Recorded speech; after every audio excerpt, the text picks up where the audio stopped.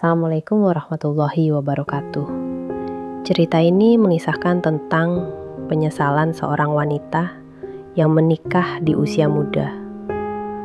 Rumah tangga yang dia kira akan berjalan penuh bahagia, ternyata terasa seperti neraka setiap harinya. Ujian datang bertubi-tubi setiap harinya. Suami di PHK, rumah impian harus terjual, belum lagi mertua dan ipar yang setiap harinya menggores luka di hatinya. Sampai pada akhirnya, pedihnya benar-benar sudah di ujung batas. Dalam sunyinya malam, dia melangitkan doa. Andai waktu dapat diputar kembali, aku tidak akan menikahi suaminya, terlebih di usia muda. Dan di pagi harinya, wanita itu terbangun di dalam kamarnya dahulu, saat dirinya masih di usia 19 tahun. Masa mudanya benar-benar kembali, dan wanita itu tersadar. Saatnya menyusun rencana agar tak jatuh hati dengan suaminya.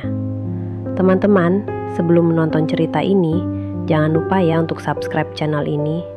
Jangan lupa absen di kolom komentar dari daerah mana saja kamu menonton video ini. Yang sudah subscribe dan like, saya doain hari ini mendapatkan rezeki yang berlimpah dan disembuhkan dari segala penyakit. Untuk yang sudah absen di kolom komentar, saya doakan hidup kalian selalu dipenuhi oleh kebahagiaan. Ini dia kisahnya.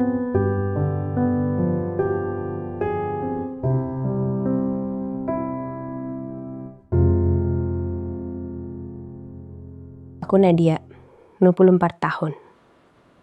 Dulu aku pikir menikah muda adalah bentuk cinta yang paling tulus.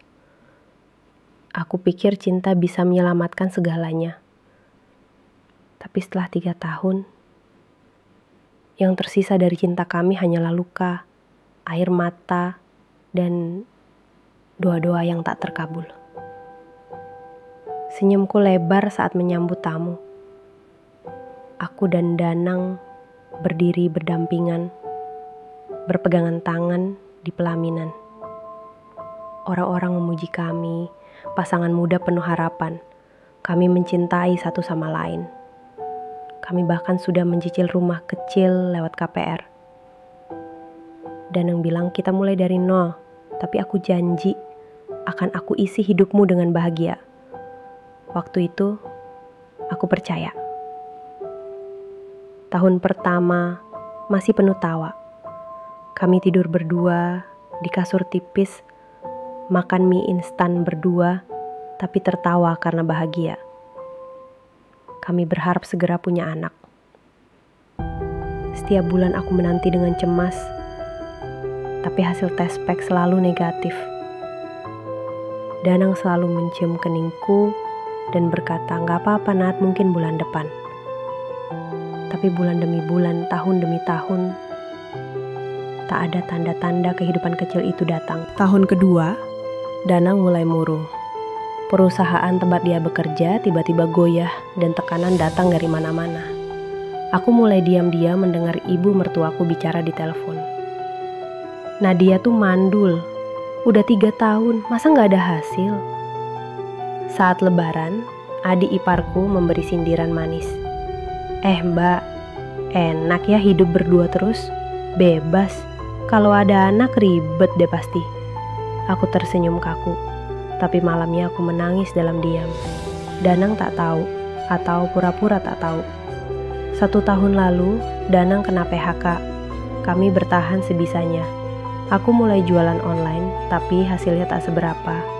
Cicilan rumah menunggak 3 bulan. Danang makin muram.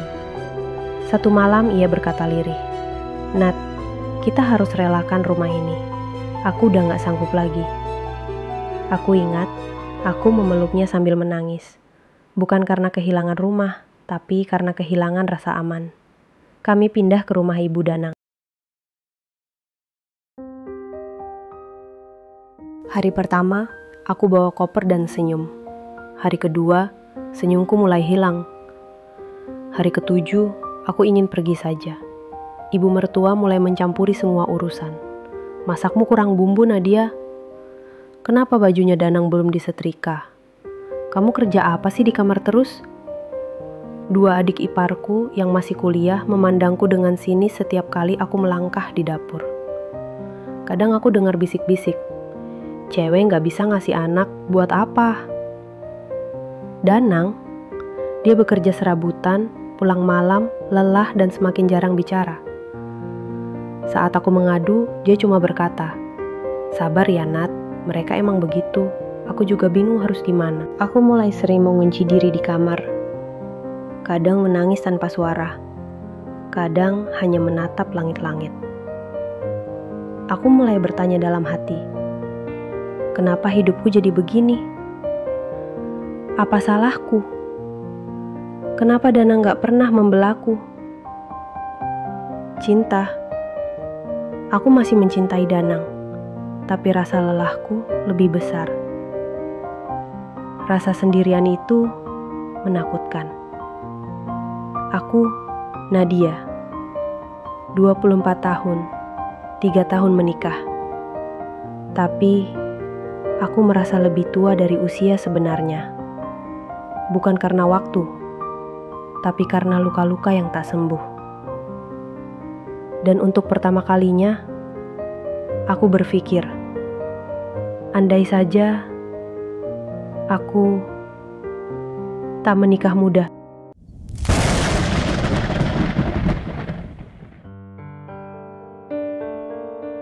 Hari itu seperti hari-hari sebelumnya. Aku bangun pagi, memasak untuk semua orang, membersihkan rumah, mencuci pakaian, menyetrika baju Danang. Aku tak minta dihargai. Aku hanya ingin tidak diremehkan. Tapi yang ku dapat hanya tatapan sinis, bisikan menusuk, dan suara keras yang membakar sabar. Aku sedang menyiapkan sarapan, telur goreng, nasi hangat, sambal terasi.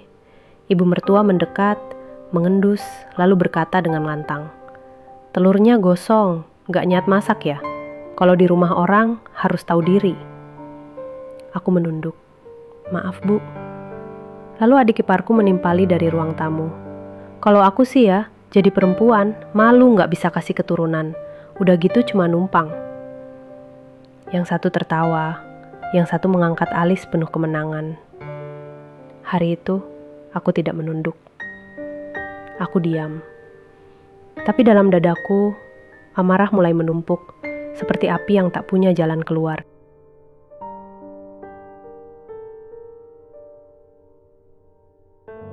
Siang harinya, aku baru selesai mencuci baju Danang. Tanganku keriput, pinggangku nyeri. Tiba-tiba salah satu iparku membuka pintu kamar tanpa mengetuk dan melempar handuk basah ke lantai. "Itu handuk Mas Danang belum dicuci. Cepet!" Aku terdiam. Tanganku gemetar. Dia berdiri angkuh. "Apa? Mau ngamuk? Sini, lawan aku sekalian." Ibu mertua datang, ikut menyerang. "Kamu tuh tamu di rumah ini, ngerti? Jangan mentang-mentang istri Danang jadi ratu." Aku menatap mereka berdua. Untuk pertama kalinya, aku tidak tahan lagi. Aku berteriak, "Saya bukan pembantu. Saya istri Danang. Saya bukan budak kalian." Mereka terdiam, kaget, tapi hanya sebentar. Ibu mertua menampar meja. "Keluar dari rumah ini kalau nggak suka." Aku menangis, tapi kali ini bukan karena lemah. Aku muak. Danang pulang malam. Peluh di wajahnya, lelah di bahunya.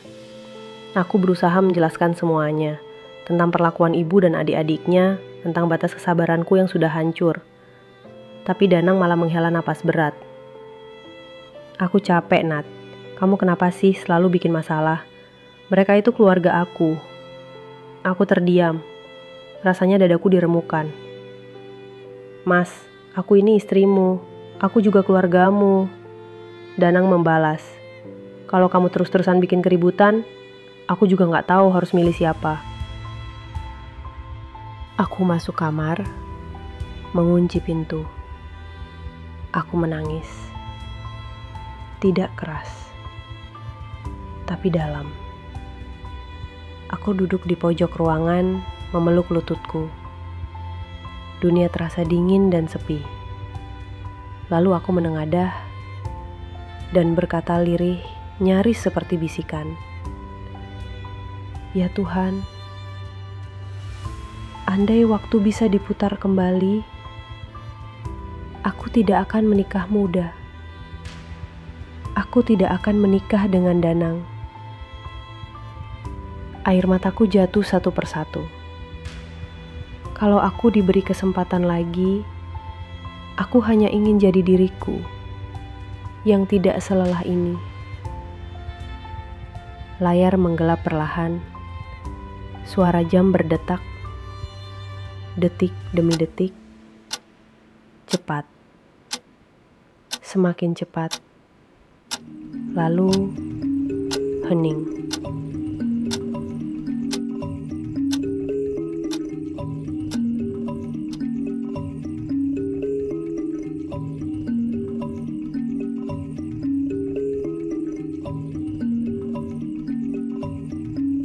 Cahaya pagi menembus jendela. Aku membuka mata. Tapi, ini bukan kamarku di rumah Danang. Ini kamarku di rumah orang tuaku. Poster-poster lama masih di dinding. Kaos SMA tergantung di gantungan. HP lamaku di atas meja. Aku bangun, berjalan ke cermin. Wajahku muda, sangat muda. Rambutku lebih panjang, mataku lebih segar. Aku panik, aku menjerit, aku berlari keluar kamar. Ibuku masuk, heran. Nadia, kamu kenapa? Kok pagi-pagi histeris? Aku terbata. Bu, sekarang tahun berapa? Ibuku menatapku aneh. 2019, nak. Kamu kenapa sih? Jantungku seakan berhenti. Aku kembali ke usia 19 tahun. Tuhan benar-benar mendengar doaku. Aku kembali ke masa lalu. 1 minggu sebelum aku bertemu Danang. 1 minggu sebelum semua ini dimulai. Dan untuk pertama kalinya dalam hidupku, aku akan mencoba mengubah takdirku.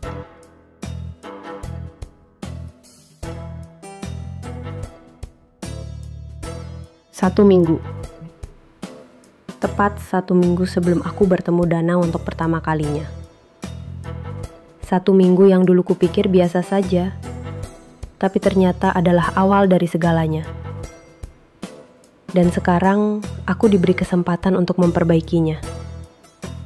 Kesempatan untuk tidak jatuh cinta padanya. Di kamarku, aku duduk dengan catatan dan pena. Aku mengingat kembali. Hari Sabtu, jam 10 pagi. Sebuah acara kampus di taman kota. Teman kuliahku Rini mengajakku. Danang datang sebagai perwakilan kampus lain. Pertemuan itu sederhana. Tapi sejak itu hidupku tak lagi sama. Aku mencatat. Hindari taman kota hari Sabtu. Aku menuliskan lebih banyak. Blokir nomor ini. Jangan buka DM Instagram. Jangan ikut komunitas kampus. Aku tersenyum puas. Maaf Danang. Kali ini aku akan menyelamatkan diriku. Sabtu pagi, Rini menghubungiku lewat WhatsApp. Nad, ayo dong, sekali ini aja. Kamu gak pernah keluar rumah.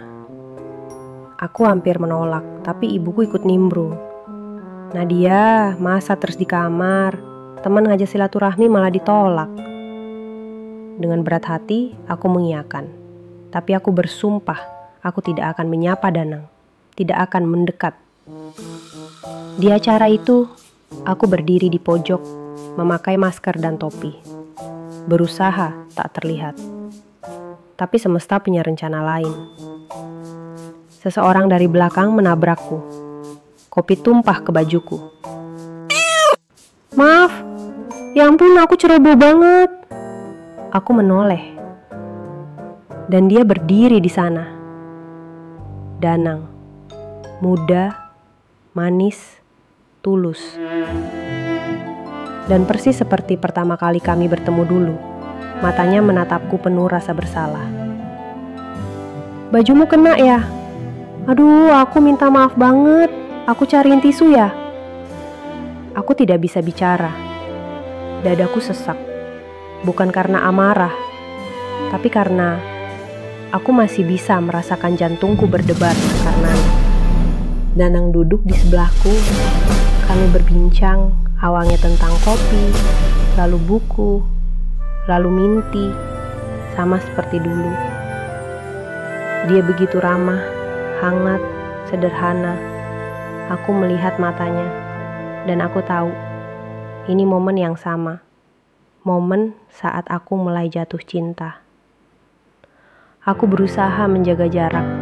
Aku menjawab dingin, tapi Danang tertawa. Kamu tuh jutek ya, tapi lucu juga sih. Aku tersenyum, lalu menyesal karena tersenyum. Di kamar, aku meremas bantal. Kenapa aku gak bisa menjauh? Aku membuka catatan strategiku dan mencoret semuanya. Aku sadar, takdir tidak semudah itu dilawan. Aku mulai ragu. Apakah aku benar-benar bisa menghindari Danang? Atau apakah hatiku masih ingin mencintainya, meski tahu akhirnya akan terluka?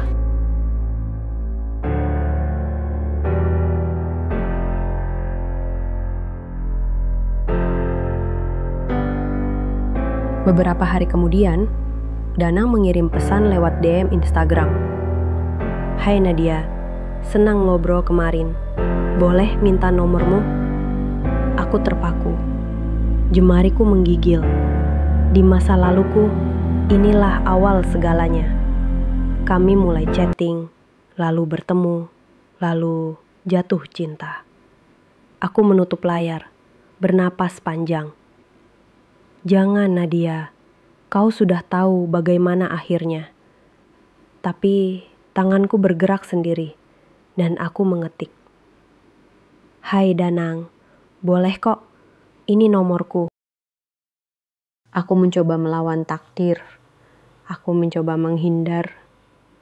Tapi semakin aku menjauh, semakin takdir membawaku kembali padanya. Mungkin ini bukan tentang menjauh, tapi tentang memilih ulang. Dengan luka yang sudah ku kenal, dan harapan yang belum sepenuhnya padam.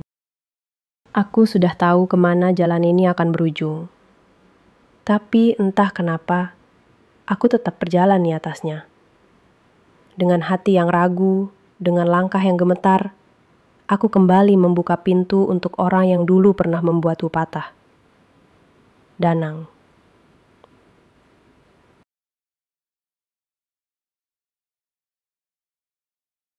Beberapa hari sejak pertemuan pertama itu, Danang makin sering menghubungi. Pagi dengan, "Selamat pagi Nat." Malam dengan, "Jangan lupa istirahat ya." Aku berusaha menjawab singkat, tapi hatiku hancur sedikit demi sedikit karena aku tahu betul. Danang itu manis di awal. Terlalu manis. Dan aku dulu terlalu mudah percaya. Kami mulai bertemu lagi, minum kopi, makan mie ayam, duduk di taman sambil bahas cita-cita. Aku melihat dia yang sekarang masih bersemangat, masih penuh ambisi. Belum ada kegagalan, belum ada PHK, belum ada kesedihan, dan hatiku mulai goyah. Di malam yang tenang, aku bermimpi.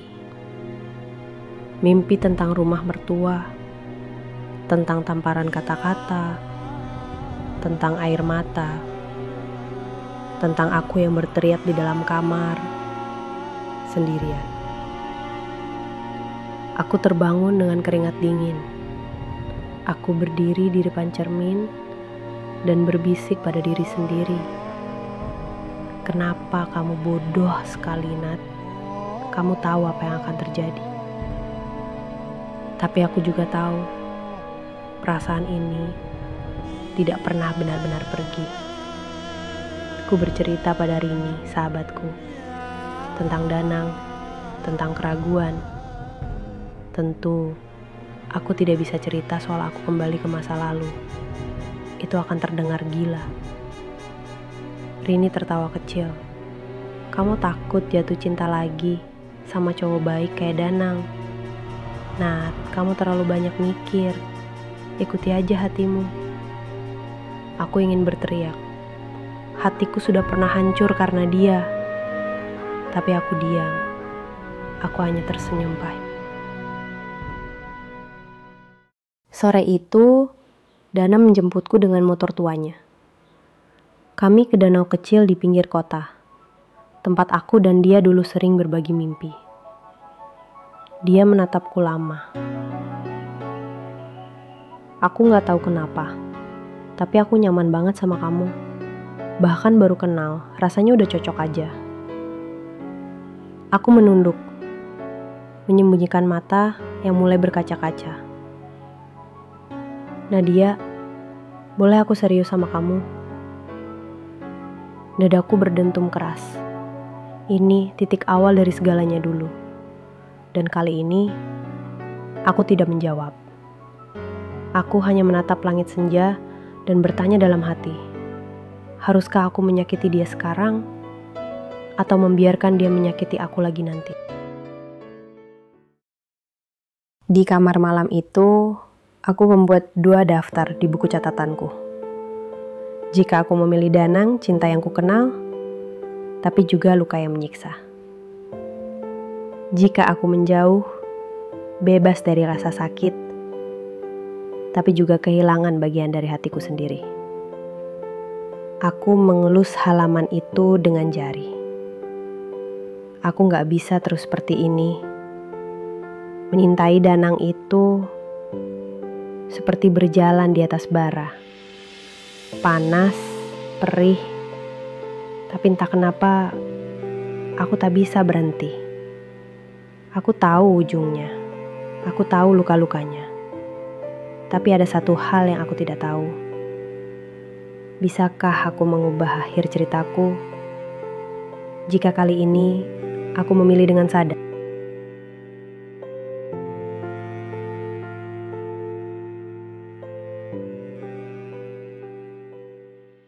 Cinta memang bisa membuat seseorang bertahan, tapi hanya kedewasaan yang membuatnya bertahan lama. Aku pernah mencintai Danang dengan buta. Kali ini, aku ingin mencintai dengan sadar. Atau mungkin tidak mencintainya sama sekali. Aku berjalan sendirian di taman kota, mencoba menjauh dari danau. Mataku kosong, pikiranku kacau. Dia tidak kukenal, tapi entah kenapa, aku duduk di sebelahnya. Dia memulai percakapan. Kamu terlihat seperti seseorang yang sedang melawan takdir. Aku menoleh. Kaget. Kamu bisa tahu. Dia tersenyum tenang.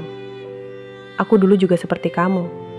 Berusaha menghindari seseorang yang ternyata sangat aku cintai. Aku diam. Perempuan itu berkata lagi. Kadang bukan orangnya yang salah, Nadia. Tapi waktu dan cara kita memperjuangkannya. Aku tertegun. Tunggu, kamu tahu namaku? Dia berdiri, menyodorkan buku catatanku sendiri yang aku kira hilang semalam. Aku berdiri. Siapa kamu? Tapi dia sudah pergi, meninggalkan jejak tanya di kepalaku. Dan kalimat yang membekas dalam. Bukan takdirnya yang salah, tapi cara kita menjalaninya. Malamnya aku berdiri di depan kaca. Aku bertanya pada diriku sendiri. Apa yang aku inginkan sebenarnya? Bukan cuma tentang Danang, tapi tentang aku, Nadia. Aku mengambil brosur kampus luar kota yang dulu sempat kutolak demi menikah muda. Aku membuka email, mendaftar ulang. Aku membuat jadwal belajar, kursus daring, menulis rencana hidupku. Aku mulai memilih diriku sendiri. Danang terus menghubungi, tapi kali ini aku tidak buru-buru membalas.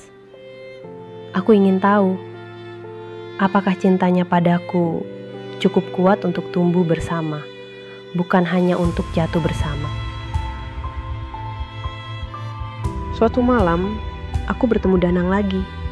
Dia mengajakku makan malam dengan wajah yang sama, tulus, sederhana, dan di tengah obrolan, dia menggenggam tanganku. Nadia, aku gak tahu kenapa, tapi aku ngerasa kita punya hubungan yang dalam. Aku pengen serius. Aku pengen kita bareng-bareng. Aku menarik tanganku pelan. Mas, boleh aku jujur? Dia mengangguk. Aku suka kamu. Aku pernah mencintai kamu. Tapi aku juga pernah kehilangan diriku karena kamu. Danang terdiam. Aku gak bilang kamu orang jahat. Tapi kalau aku mau bareng kamu lagi, aku gak mau jadi Nadia yang dulu, yang selalu diam, selalu kalah. Aku menatap matanya dan dia tampak terkejut, tapi tidak marah. Kalau kamu mau menunggu dan belajar tumbuh, mungkin kita bisa coba lagi, tapi dengan cara yang baru. Danang menatapku lama, lalu ia berkata pelan, "Aku gak nyangka kamu bisa sekuat ini, Nat." Aku tersenyum. Aku juga gak nyangka, tapi mungkin memang inilah tujuan aku, dikasih kesempatan kedua. Kami tak berbicara lagi malam itu, tapi perpisahan kecil itu bukanlah akhir, melainkan ruang untuk bertumbuh, untuk berpikir, untuk memilih. Dulu, aku berpikir kebahagiaan datang karena mencintai orang yang tepat, tapi ternyata kebahagiaan datang saat aku mencintai diriku terlebih dahulu. Dan Danang, dia tetap menjadi bagian dari hidupku, tapi kali ini bukan sebagai pelengkap, tapi sebagai pilihan yang harus diuji oleh waktu. Sekali lagi, waktu memberiku hadiah yang tidak semua orang bisa dapatkan, kesempatan untuk kembali dan memperbaiki. Tapi semakin aku mencoba menjauh dari masa lalu, semakin aku sadar yang perlu kuperbaiki bukanlah orang lain, tapi diriku sendiri.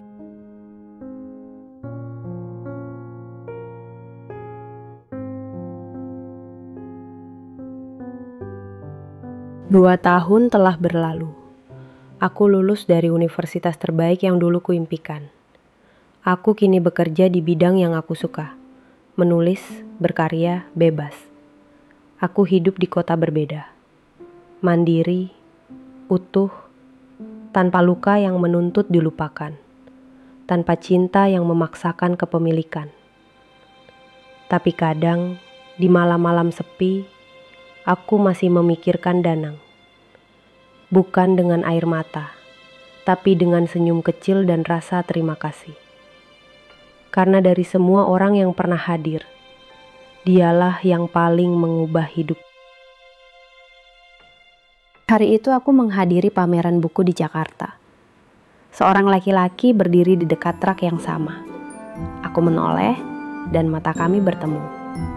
Danang, lebih dewasa, lebih tenang.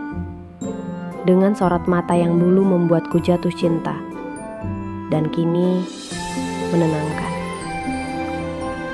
Dia tersenyum. Nadia? Aku mengangguk pelan. Hai, Danang. Kami duduk minum kopi di sudut pameran. Tidak ada kecanggungan, tidak ada air mata. Hanya dua orang yang pernah saling mencintai dan kini saling menghormati. Danang berkata, "Aku akhirnya buka usaha sendiri, Nat. Belum besar, tapi cukup." Aku mengangguk bangga. Aku senang dengar itu. Aku juga baik-baik saja sekarang. Hening sebentar. Lalu Danang berkata, "Kadang aku masih mikir, kalau waktu bisa diulang, aku memotong dengan senyum. Tapi kita gak akan mengulangnya kan?" Kami tertawa, karena kami tahu, kita tak perlu kembali ke masa lalu saat kita sudah memilih jalur baru yang lebih baik. Aku berjalan keluar dari gedung pameran. Langit sore oranye, lembut dan hangat.